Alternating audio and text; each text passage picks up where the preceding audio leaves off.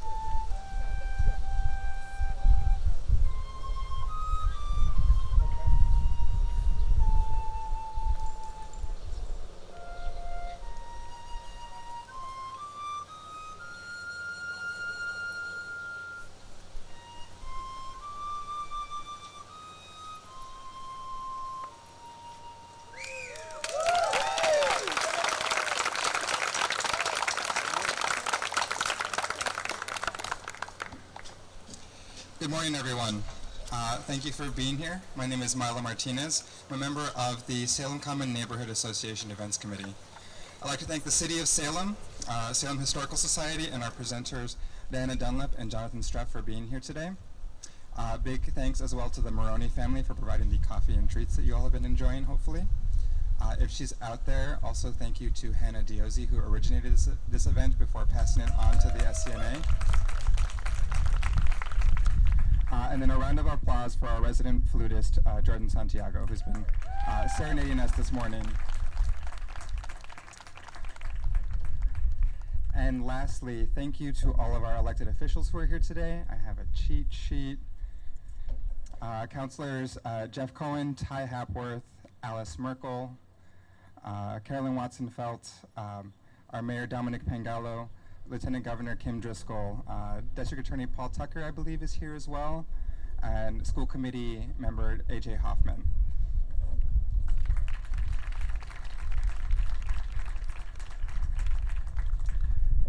Please visit our table over to my right, your left, for more information about upcoming SCNA events and Historical Society events. We'll begin our program with remarks from our local elected officials, Lieutenant Governor Kim Driscoll, our Mayor Dominic Pangalo, and then our City Councilor Carolyn Watson-Felt. If you all want to come on up, thank you.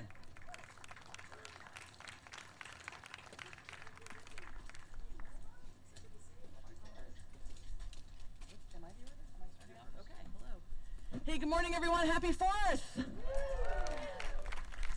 This is the best way to start the 4th of July in the city of Salem. I think we all can agree with that.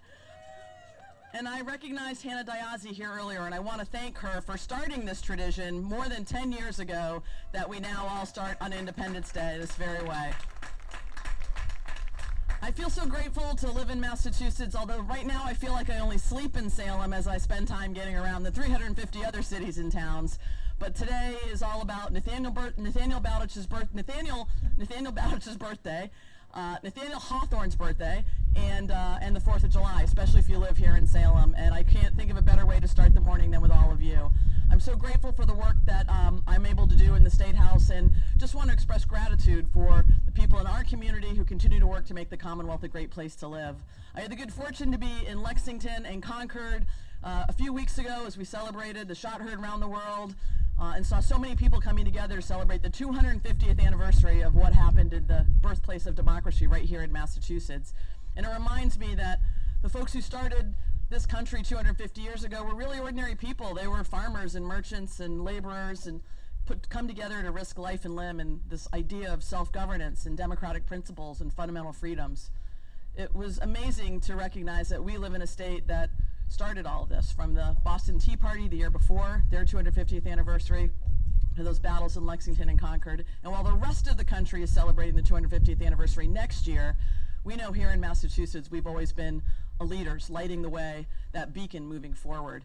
And so today, as we celebrate the 4th of July, this amazing weather, feel very grateful to be living in this community. I also want to say, as we celebrate this history here in Massachusetts, we also work to live up to it.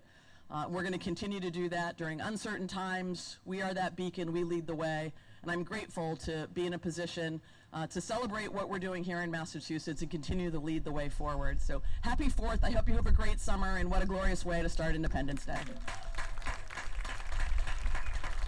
And it's my good pleasure and good fortune to invite your mayor, my friend, Dominic Pangalo, up to offer a few remarks.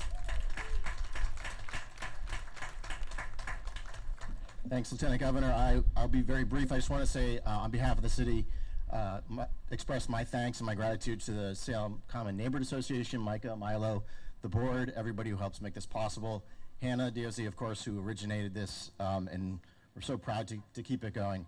I've shared in the past that on this occasion, a reflection on Leslie's retreat. 250 years ago this year, the people of Salem defied the British troops at North River Bridge.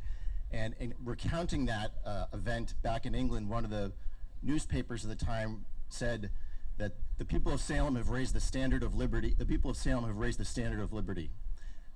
And the Americans have raised the standard of liberty at Salem.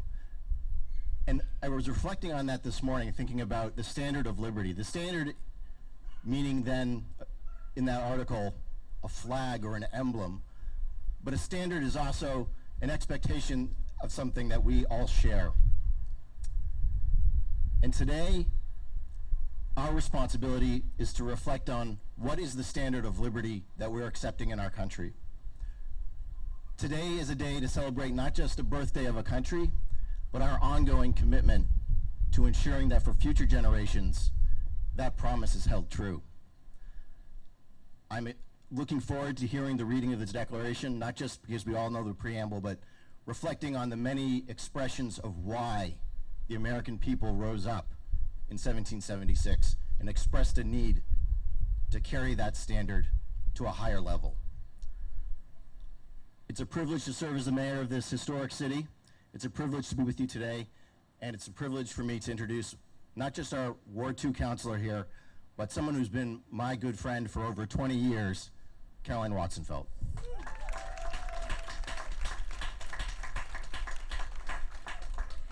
Thank you, Mayor, and good morning, Salem. Good morning. Thank you.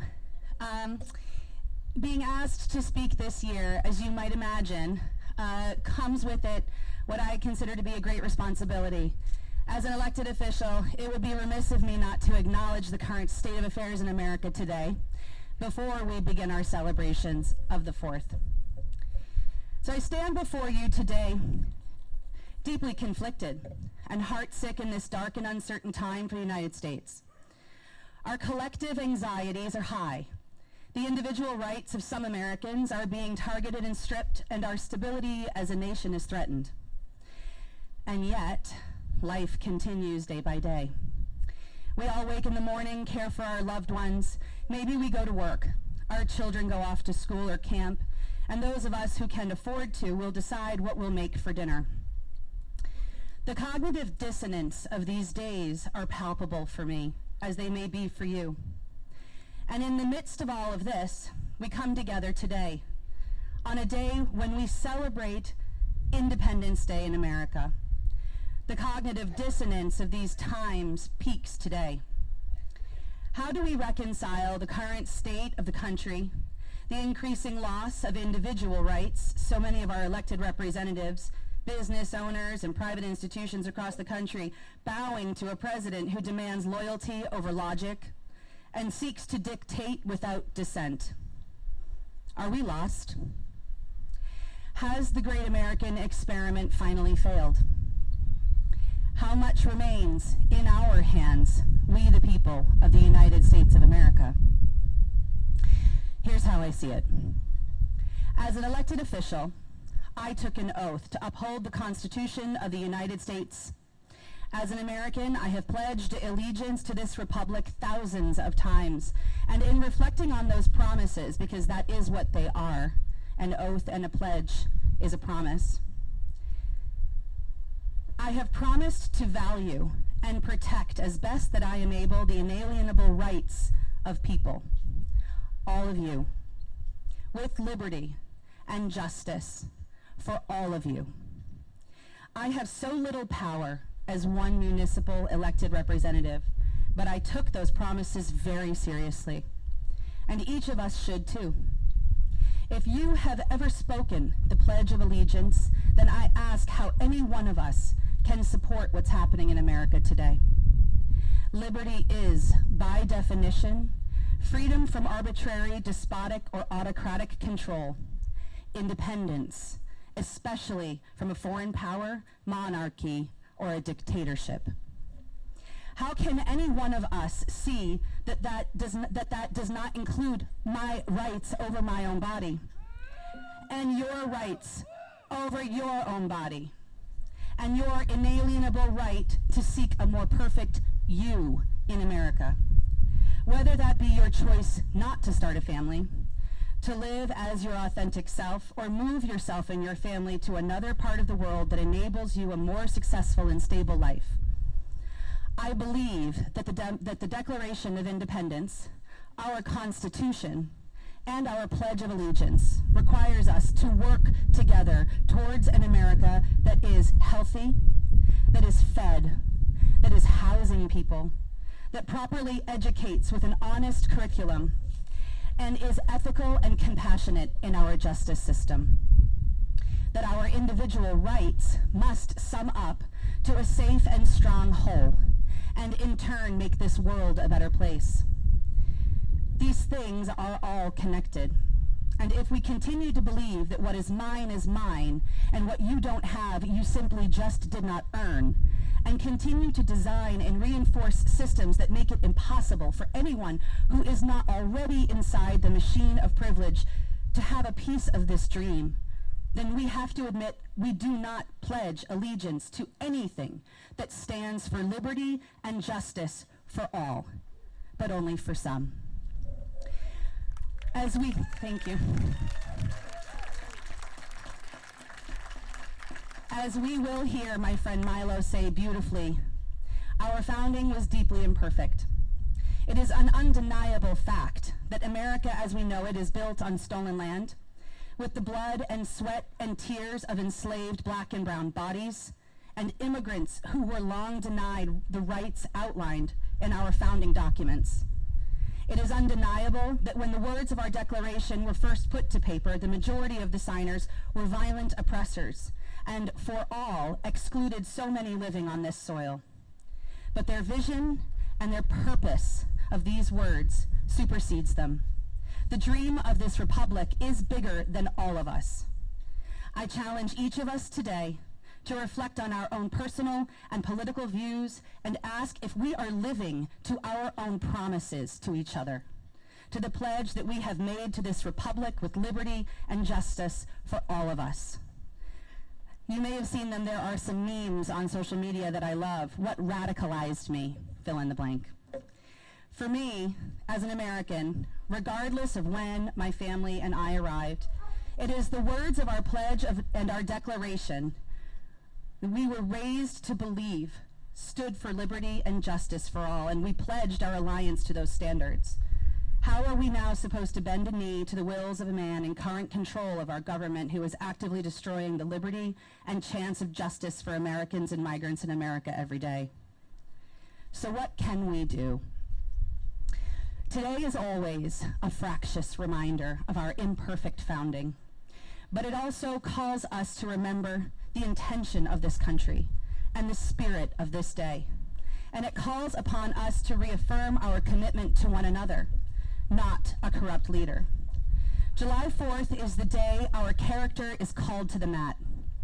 Do we pledge allegiance to this, once a more perfect, though never fully perfect union? To this republic intended to make space for all and protect the liberties of one another? Do we demand justice for each other? We each may soon find ourselves as witness to or subject to the violence of the current government and their deputies. We will be faced with a choice in that moment. Though it does not feel like it, the future of our country is in our hands if we remember that revolution and labor are at the core of our identity as Americans, and that we have always outnumbered the elite and the wealthy, and that we do not give up. We show up. We make our voices heard, we protest, and most importantly, we vote. Thank you.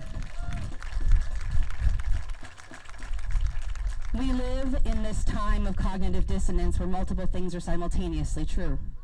The earth is melting, but today is a beautiful day.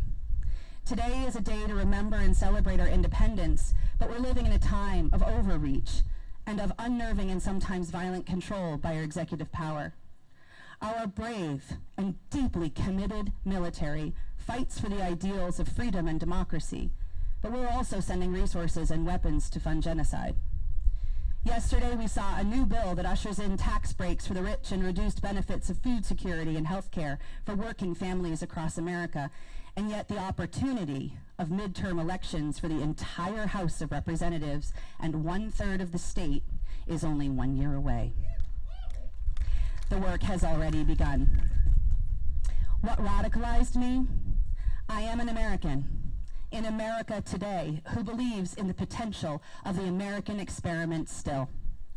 I call on you, on all of you, in the name of today, in the name of Independence Day, to stay committed to our promises, demand the protections of our liberties and justice, and engage. Call your leaders, vote, keep hope, knowing we collectively are part of the great backbone of America today and of America tomorrow. Huzzah for revolution.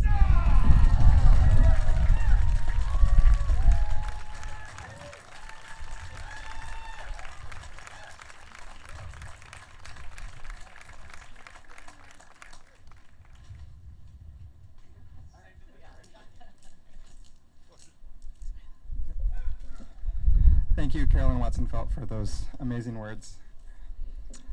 Today's reading will be performed by Jonathan Struff, a volunteer with the Minuteman National Park and performer with History Alive and Leslie's Retreat, alongside with Diana Dunlip, historian, reenactor, and Salem Historical Society vice president. Before we get started, just a quick note. The Declaration of Independence includes language that reminds us of this country's highest ideals and also how far we have fallen short of them. Today we are presenting you with the original unedited text from 1776, and with it language that was used to perpetuate genocide, land theft, and other crimes against indigenous people. As you listen, please be mindful of the nuances of this document written by imperfect men at an imperfect time, and be critical of what it means to be an American living in this moment. We must always remember freedom is never free. And while we celebrate our independence today, we must be cognizant that so many others, both domestically and abroad, have very little to celebrate. Marginalized people are being hunted across our country for the sole crime of living among us. As we speak, liberties, freedoms, and rights are being stripped away from millions of Americans to purposely weaken our democracy. Remember, there is no freedom until every person is free. Let these words today inspire you to always fight against authoritarianism, fascism, and tyranny. Thank you.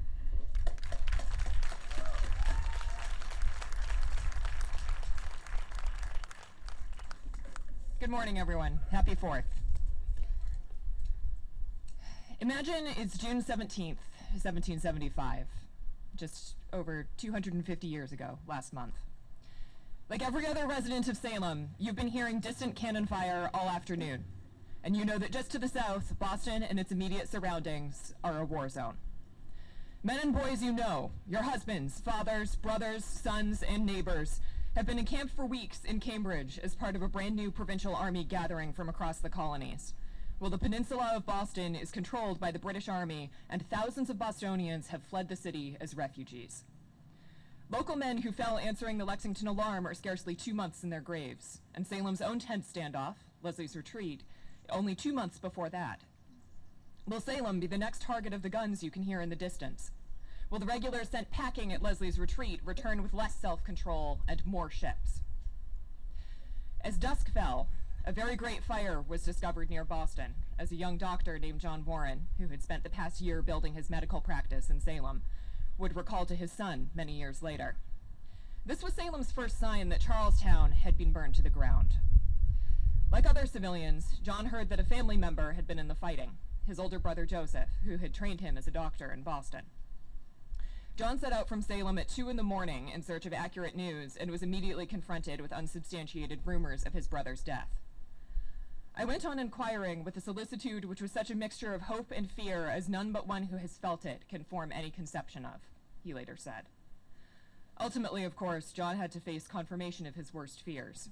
His brother, Dr. Joseph Warren, is probably the best-known American casualty of the Battle of Bunker Hill, for which the 250th commemoration took place on Cape Ann just 2 weeks ago. The fame of John Warren's family casualty was unusual, but the terror and grief he experienced were not. To live in Essex County in the year leading up to the Declaration of Independence from Great Britain was to live on the edge of a war zone in which nothing was certain. In the fall of 1775, the Royal Navy was ordered to begin torching New England seaports, leading to the burning of Falmouth, now Portland, Maine, which was still part of Massachusetts. Even once British forces were driven from Boston in March 1776, taking over 1,000 desperate Loyalist refugees with them, local residents feared that coastal Massachusetts would be attacked from the sea. When our legislature asked Massachusetts towns for their thoughts on independence in the spring of 1776, town after town emphasized that blood had been shed, communities burned to the ground, and that there was no going back. The relationship between Massachusetts and the Crown was now damaged beyond all repair. For the Salemites who listened to this document when it arrived in Salem in mid-July, this was the price of independence. It was fear, destruction, loss, irrevocable change, and grief. They had no way of knowing that the war Massachusetts had done so much to start would drag on for 7 more years. They lived the rest of their lives with the burdens of that wartime experience. As we listen to this document today, the heirs of independence confronting its legacy in a divided and deeply troubled country, we can stand in the knowledge that we are tied to the revolutionary generation not simply by abstract principle, but by our shared humanity in the face of troubled times. In the words of John Warren's brother, Joseph, "Upon you depend the fortunes of America. Act worthy of yourselves."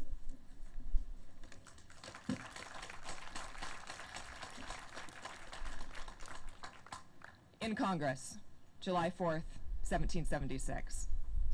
A declaration by the representatives of the United States of America in General Congress assembled.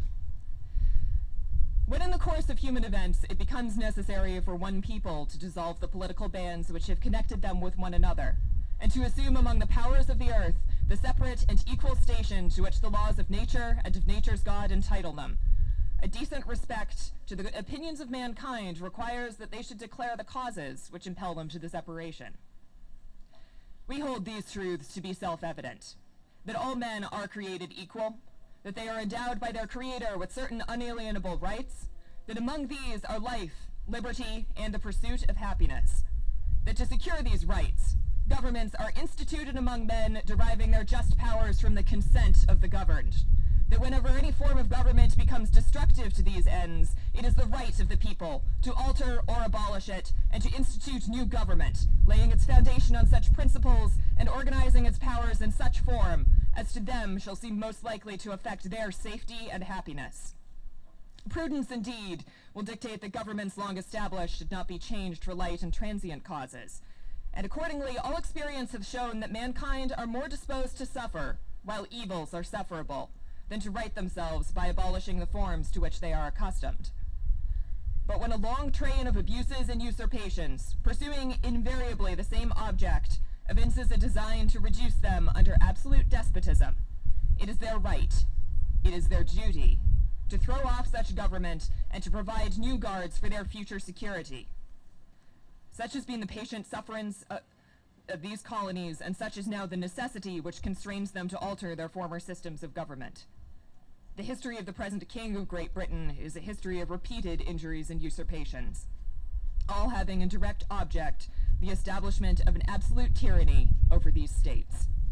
To prove this, let facts be submitted to a candid world. He has refused his assent to laws, the most wholesome and necessary for public good. He has forbidden his governors to pass laws of immediate and pressing importance, unless suspended in their operation till his assent should be obtained, and when so suspended, he has utterly neglected to attend to them. He has refused to pass other laws for the accommodation of large districts of people, unless those people would relinquish the right of representation in the legislature, a right inestimable to them and formidable to tyrants only. He has called together legislative bodies at places unusual, uncomfortable, and distant from the depository of their public records, for the sole purpose of fatiguing them into compliance with his measures. He has dissolved representative houses repeatedly for opposing with manly firmness his invasion on the rights of the people. He has refused for a long time, after such dissolutions, to cause others to be elected, whereby the legislative powers, incapable of annihilation, have returned to the people at large for their exercise, the state remaining in the meantime exposed to the dangers of invasion from without and convulsions within. He has endeavored to prevent the population of these states for that purpose, obstructing the laws for naturalization of foreigners, refusing to pass others to encourage their migration hither, and raising the conditions of new appropriations of lands. He has obstructed the administration of justice by refusing his assent to laws for establishing judiciary powers. He has made judges dependent on his will alone for the tenure of their offices and the amount and payment of their salaries. He has erected a multitude of new offices and sent hither swarms of officers to harass our people and eat out their substance. He has kept among us in times of peace standing armies without the consent of our legislatures. He has affected to render the military independent of and superior to the civil power. He has combined with others to subject us to a jurisdiction foreign to our Constitution and unacknowledged by our laws, giving his assent to their acts of pretended legislation. For quartering large bodies of armed troops among us. For protecting them by mock trial, from punishment for any murders which they should commit on the inhabitants of these states. For cutting off our trade with all parts of the world. For imposing taxes on us without our consent. For depriving us, in many cases, of the benefits of trial by jury. For transporting us beyond seas to be tried for pretended offenses. For abolishing the free system of English laws in a neighboring province. That's us. That's Massachusetts. Establishing therein an arbitrary government and enlarging its boundaries so as to render it at once an example and a fit instrument for introducing the same absolute rule into these colonies. For taking away our charters, us abolishing our most valuable laws, and altering fundamentally the forms of our governments. For suspending our own legislatures and declaring themselves invested with power to legislate for us in all cases whatsoever. He has abdicated government here by declaring us out of his protection and waging war against us. He has plundered our seas, ravaged our coasts, burnt our towns, and destroyed the lives of our people. He is at this time transporting large armies of foreign mercenaries to complete the works of death, desolation, and tyranny already begun with circumstances of cruelty and perfidy, scarcely paralleled in the most barbarous ages, and totally unworthy the head of a civilized nation. He has constrained our fellow citizens taken captive on the high seas to bear arms against their country, to become the executioners of their friends and brethren, and to fall themselves by their hands. He has excited domestic insurrection amongst us, and he has endeavored to bring on the inhabitants of our frontiers, the merciless Indian savages, whose known rule of warfare is an undistinguished destruction of all ages, sexes, and conditions. In every stage of these oppressions, we have petitioned for redress in the most humble terms. Our repeated petitions have been answered only by repeated injury. A prince whose character is thus marked by every act which may define a tyrant is unfit to be the ruler of a free people.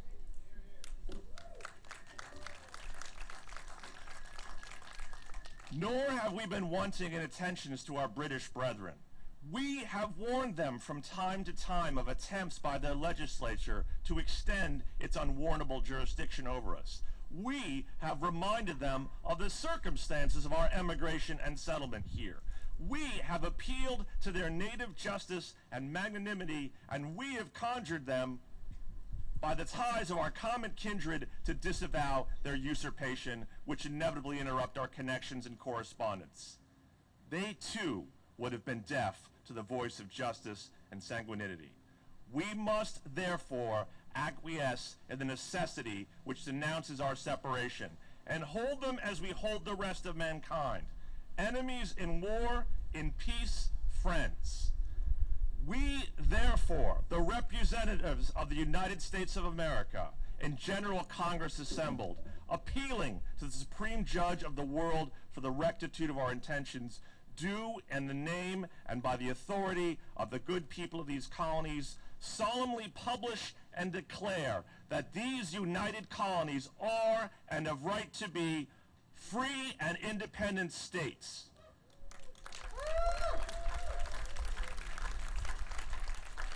That they are absolved from all allegiance to the British Crown, and that all political connections between them and the state of Great Britain is and ought to be totally dissolved, and that as a free and independent states, they have full power to levy war, conclude peace, contract alliances, establish commerce, and do all the other things, all the other acts and things which independent states may of right to do. And for the support of this declaration, with firm reliance on the protection of divine providence, we mutually pledge to each other our lives, our fortunes, and our sacred honor. Signed by order and behalf of the Congress, John Hancock, President. Huzzah!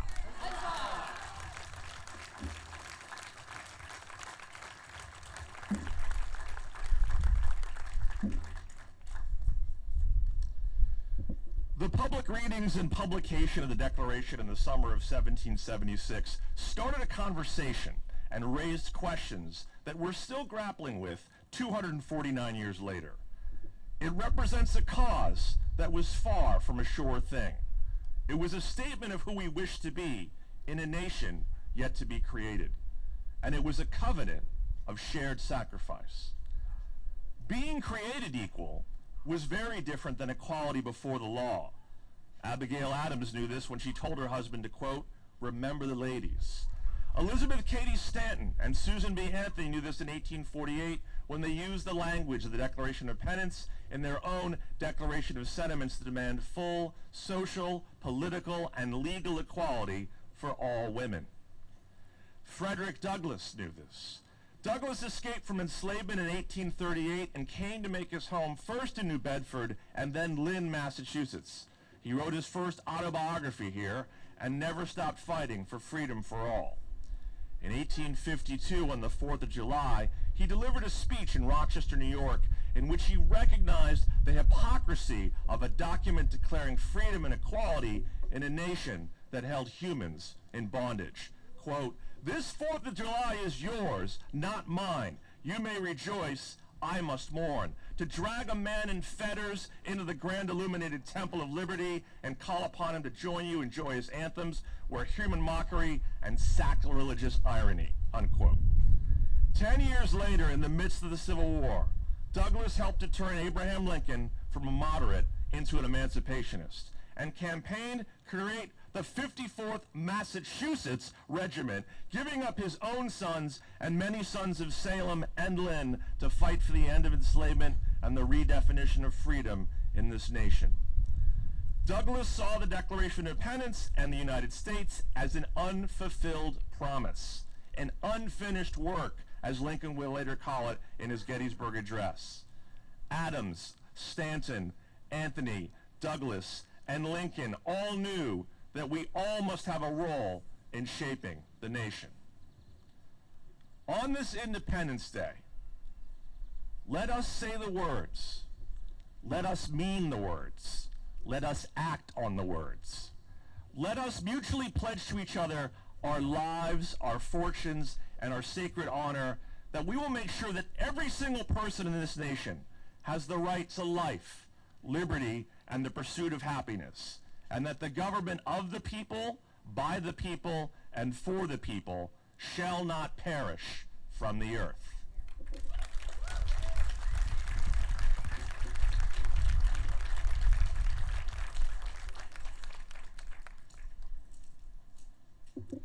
Can we get a few a pox on our kings as a group? Or 1, 2, 3. A pox on our kings! A pox on our kings! A pox on our kings! Huzzah! Huzzah!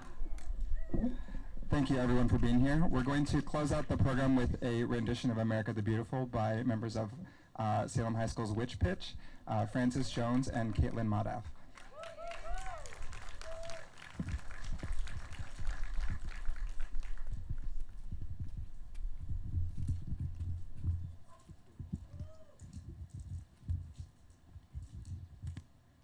Oh, beautiful for spacious skies, for amber waves of grain, for purple mountain majesties above the fruited plain.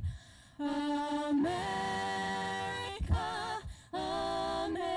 America, God shed his grace on thee, and crown thy good with brotherhood from sea to shining sea. Oh, beautiful for heroes proved in liberating strife, who more than self their country loved, and mercy more than life. America, America, God mend thine every flaw, confirm thy soul in self-control, thy liberty in law. Oh, beautiful for patriot dream that sees beyond the years, thine alabaster cities gleam, undimmed by human tears. America, America, God shed his grace on thee, and crown thy good with brotherhood from sea to shining sea.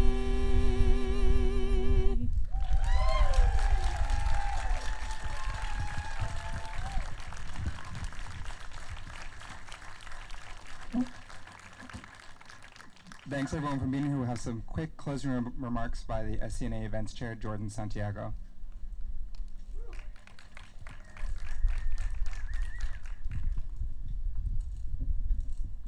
Hi, good morning everybody.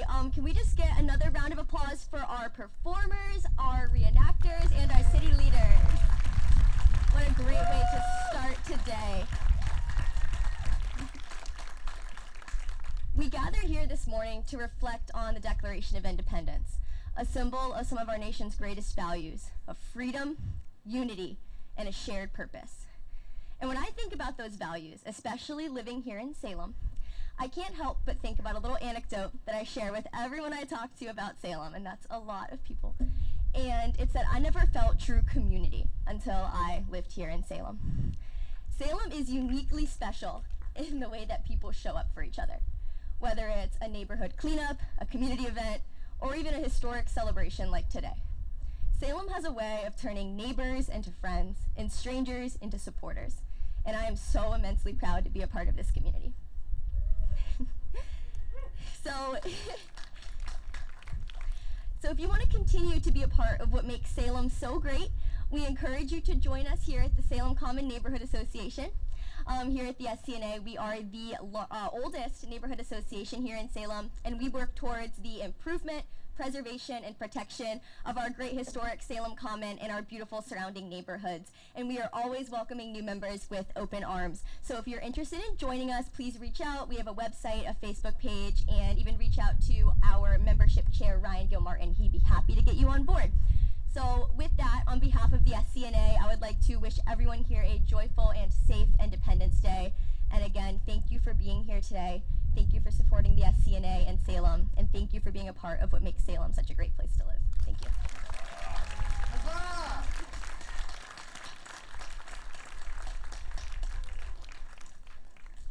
All right, have a good 4th, everyone.